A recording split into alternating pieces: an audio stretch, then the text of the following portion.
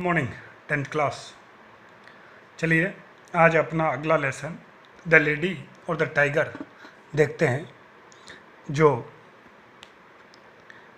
Frank are स्टोक्टन की रचना है। और वो जो रचनाएं करते हैं उनमें लगभग हास्य रहता है, यानी हास्य विनोद रचनाएं वो करते हैं। एक अमेरिकी लेखक हैं और जैसा इस पाठ के बारे में मैंने बता दिया था कि ये 1882 में लिखा गया। ठीक है जी, काफ़ी पुरानी बैकग्राउंड है आप कह सकते हैं। देखते हैं समरी में, आपको सारी पिछले वाले वीडियो में समरी में डिटेल बताई गई थी एक एक बात की। अब हम लाइन टू लाइन पढ़ते हैं। पार्ट 1। लॉन्ग लॉन्ग अगो, बहुत पहले, ये एगो एडवर्ब है पास्ट सिंपल की। देयर लिव्ड, रहते थे, एक किंग, एक राजा। देयर आपको क्लास में सिखाया था कि जो देयर हैं और जो इट होते हैं वो कैसे सब्जेक्ट होते हैं, डमी सब्जेक्ट होते हैं, यानी वो मूल रूप से सब्जेक्ट का कार्य करते जरूर लेकिन सब्जेक्ट नहीं होते हैं। जैसे आप यदि यहाँ देखेंगे देयर सब्जेक्ट नहीं है, हालांकि इसके बाद ही देखो आप मेन वर्ब का यूज किया गया है, लेकिन सब्जेक्ट कौन है, एक किंग है। तो long long ago there lived a king, बहुत समय पहले एक राजा था। हु वॉज क्रूड, और वो राजा क्रूड था। क्रूड का अर्थ होता है जी असभ्य, वो असभ्य था।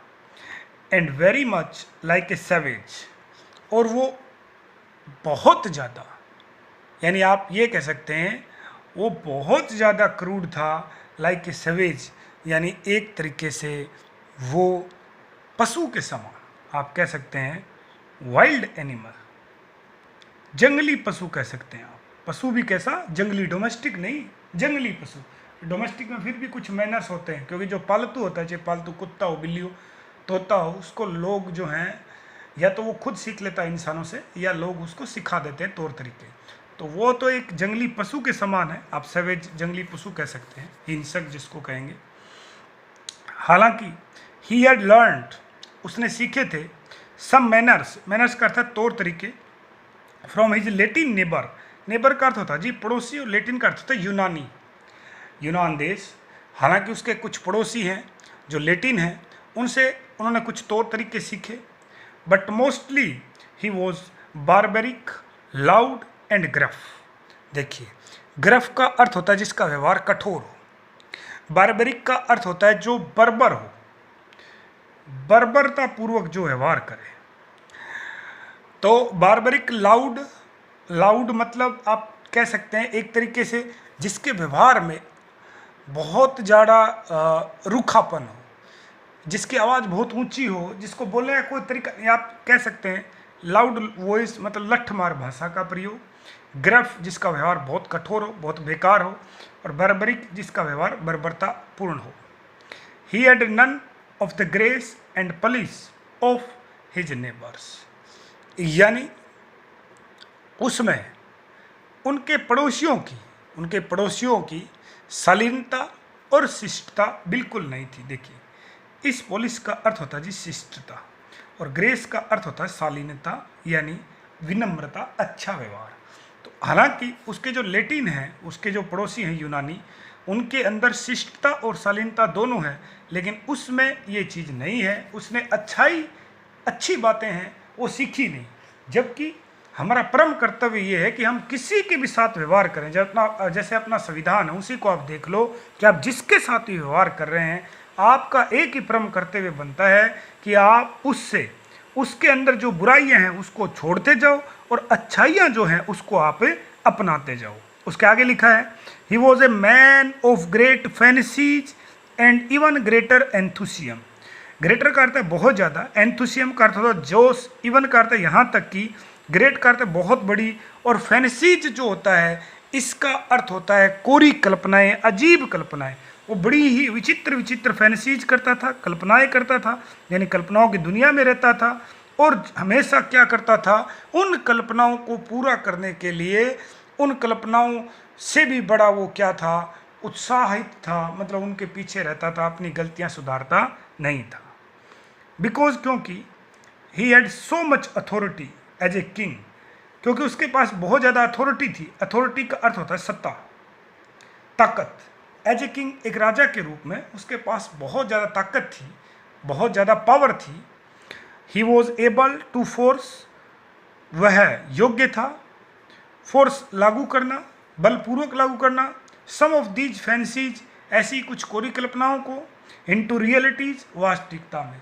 तो ऐसी कुछ कोरी कल्पनाओं को, बेकार बातों को वो वास्तविकता में भी उकेर देता था, क्योंकि वो एक राजा था। और एटलीस्ट ही ट्राइड टू, कोशिश जरूर करता था, ना उकेर पाता तो प्रयास जरूर करता था कम से कम ऐसा करने का। यानी कुल मिला के वो एक मूर्ख राजा था, उसके अंदर कोई समझ नहीं थी। एक तरीके से बिल्कुल मूर्ख राजा वो है। आगे लिखा है हिज पर्सनैलिटी, उनका जो व्यक्तित्व था, वॉज नॉर्मली, सामान्यतः काम, बिल्कुल शांत रहते थे। व्यक्तित्व के हिसाब से यदि कहें तो सामान्यतः वो शांत था। When everything was in order, जब सब कुछ सही रहता, इन ऑर्डर का अर्थ होता है सही रहना, जब कुछ भी गलत ना हो तो वो शांत रहता। When there was a little hitch, लेकिन जैसे ही वो जो कार्य कर रहे हैं उसमें थोड़ा बहुत भी हिच आ जाए, हिच का अर्थ होता है बाधा या अव्यवस्था, अव्यवस्था या बाधा, लेकिन जैसे थोड़ी बहुत उसमें बाधा अव्यवस्था आ जाए, however he was excellent and happy, तो तुरंत वो व्यक्ति क्या हो जाता था, एक्सलेंट हो जाता था, यानी बहुत ज़्यादा प्रसन्न हो जाता था। प्रसन्न तो है ही, इसका अर्थ होता अति उत्साहित हो जाना, आनंदित हो, उसको मजा आता था कुछ भी गलत होते, क्यों कि अब मैं इसको मेरे तरीके से ठीक करूँगा। He loved it when things went wrong, जब कुछ भी गलत होता उसको मजा आता था, आनंद लेता था वो। बिकॉज डेट मीन, क्योंकि कुछ गलत हुआ, इसका मतलब मीन मतलब आशय, इसका मतलब क्या है, that he could then correct them, ये देन अलग है, ये देम है। इसका मतलब ये हुआ कि अब उन्हें वह करेक्ट यानी सुधारेगा, सही करेगा। He loved to make the crooked straight, crook का अर्थ टेढ़ा मेढ़ा, उसको कोई भी टेढ़ा मेढ़ा पेचीदा मामला है उसको सीधा करने में बड़ा मजा आता था। टू क्रश डाउन, और वो कुचल देता था, the uneven places in life, और जीवन में कुछ भी यदि उबड़ खाबड़ है, जीवन के जो उबड़ खाबड़ स्थान है, कुछ भी उबड़ खाबड़ है, उसको समतल करने में, क्रश डाउन का अर्थ है कुचल देना, सीधा कर देना, अनइवन का अर्थ होता है उतार चढ़ाव। आप यूं समझे, जीवन के जो उतार चढ़ाव हैं उनको सीधा करने में बहुत मजा उसको आता था। ही डिसाइडेड, उसने निर्णय लिया, that there should be a way to add culture to the lifes of his subjects. देखिए यहाँ सब्जेक्ट्स से अर्थ है उसकी प्रजा। उसने निश्चय किया कि उसके जो प्रजा के लोग हैं, प्रजाजन हैं, उनकी जो लाइफ है, जीवन है, कि उनकी जो प्रजा है उनके जीवन में वो क्या करेगा, ऐड जोड़ देगा कल्चर, यानी अपनी जो प्रजा है उस प्रजा की जो जीवन है उसमें संस्कृति को जोड़ने का कोई तरीका होना चाहिए। ऐड कल्चर यानी संस्कृति जोड़ना, कि उसको कोई संस्कृति जोड़नी है उन लोगों के जीवन से, कैसे जोड़े वो।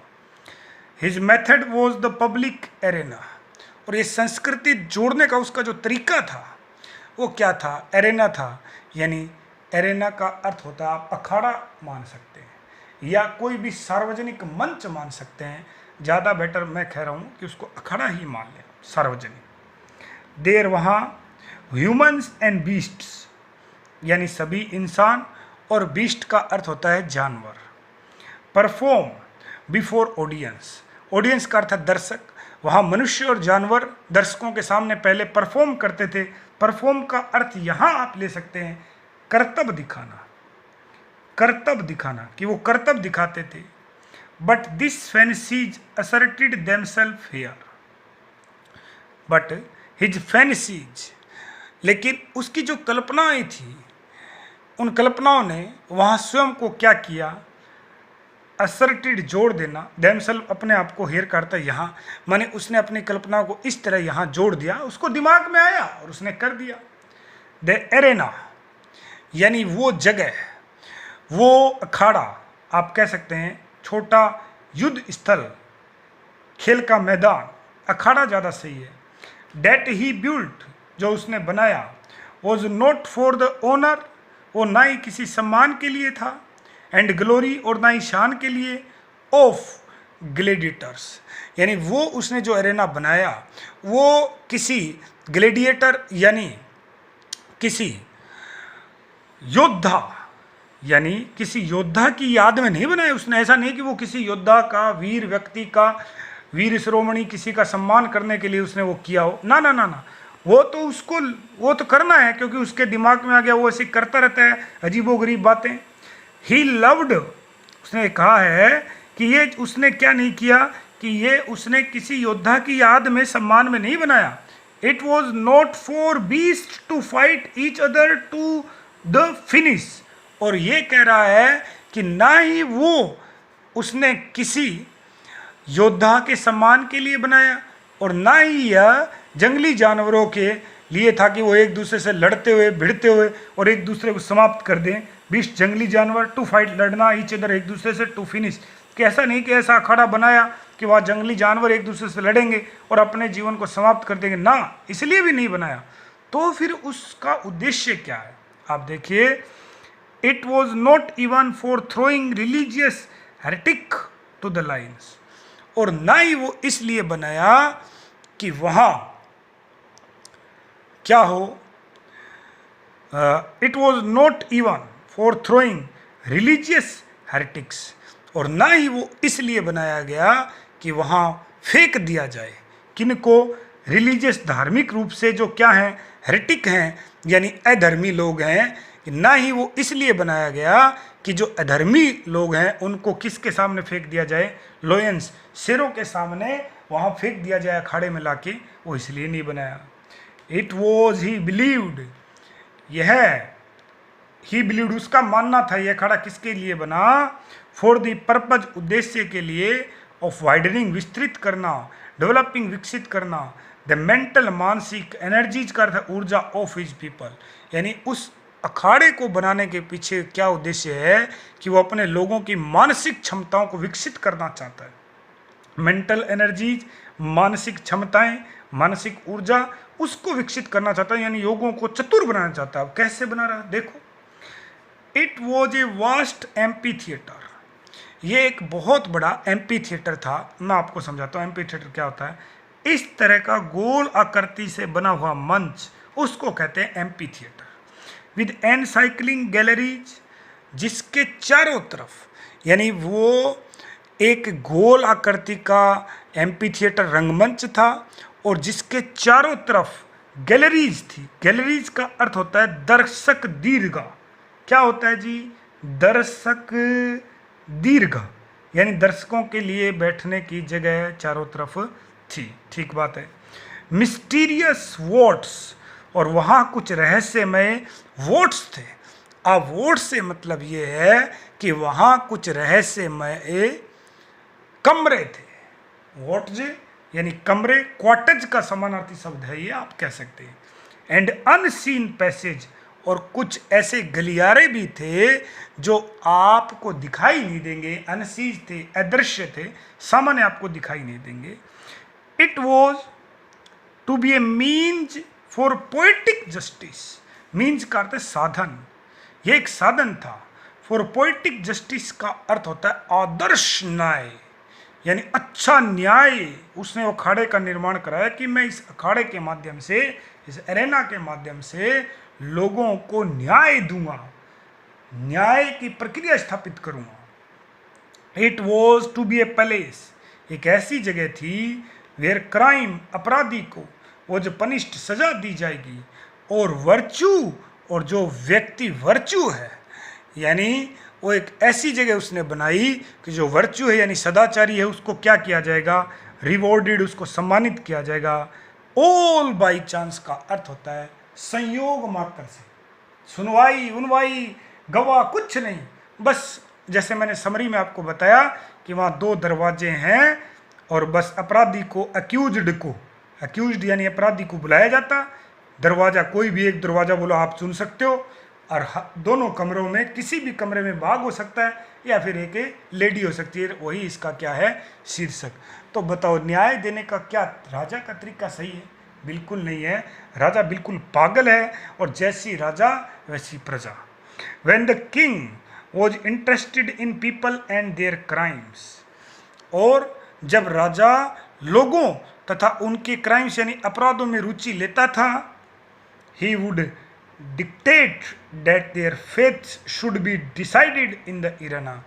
तब वो क्या करता था, डिक्टेट करता था, डिक्टेट करता हुक्म देना, तो वो हुक्म देता था कि उनके भाग्य का निर्णय कहाँ होगा, एरेना यानी अखाड़ा, युद्ध स्थल, वहाँ होगा, वो ऐसा कहता था। This king new no tradition, tradition का अर्थ है परंपरा, उस राजा को कोई परंपराओं का ज्ञान नहीं था। फ्रॉम अदर किंगडम्स, अन्य राज्यों से, कि किस प्रकार न्याय दिया जाता है, सुनवाई होती है, राजा खुद गहन जांच करता है ना, ये तो तुरंत। हिज ओनली, उसकी स्वयं की एलिजेंस यानी उसका स्वयं का ही समर्थन था, वॉज टू हिमसेल्फ, खुद को, यानी वो परंपराओं को उसको समझ नहीं थी और उसकी अपनी ही स्वयं की कल्पनाओं के प्रति समझ थी, और क्या था, एंड हिज ओन फैंसीज, यानी अपनी जो स्वयं की जो एलिजेंस था, यानी जो समर्थन था, निष्ठा थी, और अपनी जो कल्पनाएं थी, ये न्याय का जो तरीका है ये उन्हीं से प्रेरित था, यानी उसकी खुद की जो विचार है, खुद की जो सोच है, बस उसी से वो न्याय देता था।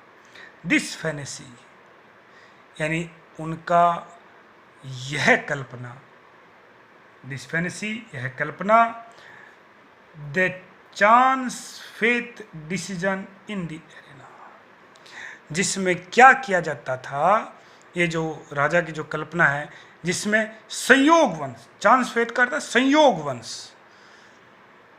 इन द एरेना, अखाड़े में डिसीजन लिया जाता, निर्णय लिया जाता, came about because of his romantic yet barbaric idealism, और ये जो तरीका है वो किसका परिणाम है, कैसे आया, तो ये तरीका आया उसकी romantic yet barbaric idealism.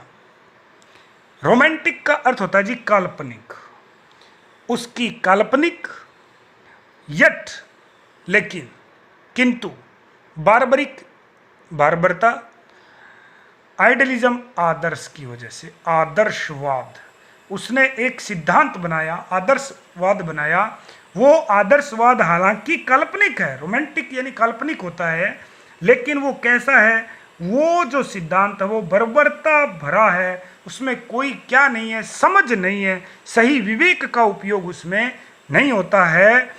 When all the people had gathered in the galleries, दर्शक दीर्घाओं में जब सभी लोग had gathered इकट्ठे हो जाते थे, the king was seated, फिर राजा बैठता था, on his throne, throne करते सिंहासन पे, high up जो बहुत ऊंचा था, on one side of the arena, उस अखाड़े की एक ओर बहुत ऊंचाई पे स्थित अपने सिंहासन पर कौन बैठ जाता था, राजा बैठ जाता था, और बैठने के बाद he would give a signal, वो इशारा करता था, कैसा, a door beneath him, और उसके सिंहासन के नीचे एक दरवाज़ा खुल जाता था, और क्या है, would open, खुल जाता, and the accused person, accused का अर्थ होता है जी आरोपी, जिस पे आरोप लगा है, person would step out into the amphitheater, और उसके नीचे से बने दरवाजे में से पैर रखते हुए वो व्यक्ति बाहर एम्पी थिएटर यानी उस गोलाकार रंगमंच पे आता।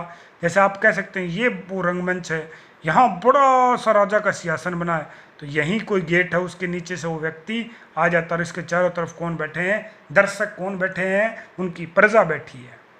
डायरेक्टली सीधा अपोजिट उसके सामने, द एक्यूज्ड, उस आरोपी के ठीक सामने क्या थे, देयर वर टू डोर्स, दो दरवाजे थे, एग्जैक्टली अलाइक, बिल्कुल एक जैसे, अलाइक का अर्थ है एक जैसे, एग्जैक्टली बिल्कुल एक जैसे, साइड बाय साइड यानी एक दूसरे के बगल में, इस तरह वहाँ दो कमरे थे। द पर्सन ऑन ट्रायल, जिस व्यक्ति के ऊपर मुकदमा चल रहा है, ट्रायल करता सुनवाई चल रही है, हैड टू वॉक, उसको चल के जाना होता था, ओवर टू दीज डोर्स, उन दरवाज़ों के पास, and open one of them, और उनमें से एक दरवाज़ा उसे खोलना होता था।